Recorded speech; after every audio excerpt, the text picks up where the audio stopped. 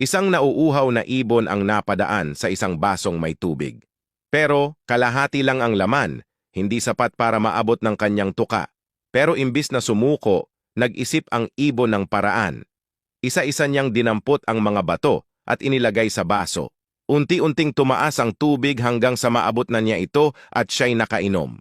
Sa ganitong paraan, naabot ng ibon ang kanyang pangarap na makainom sa kabila ng tila imposibleng sitwasyon, tulad ng ibon. Tayo rin bilang mga tao ay humaharap sa mga problema sa ating buhay.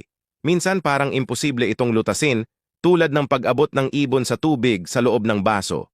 Pero kung gagamitin natin ang ating talino, diskarte, at tiyaga, makakahanap din tayo ng solusyon.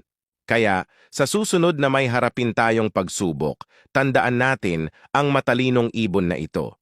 Sa bawat problema, may paraan. Kailangan lang ng tamang pananaw at lakas ng loob para harapin ito. Walang imposible sa taong may determinasyon at sipag.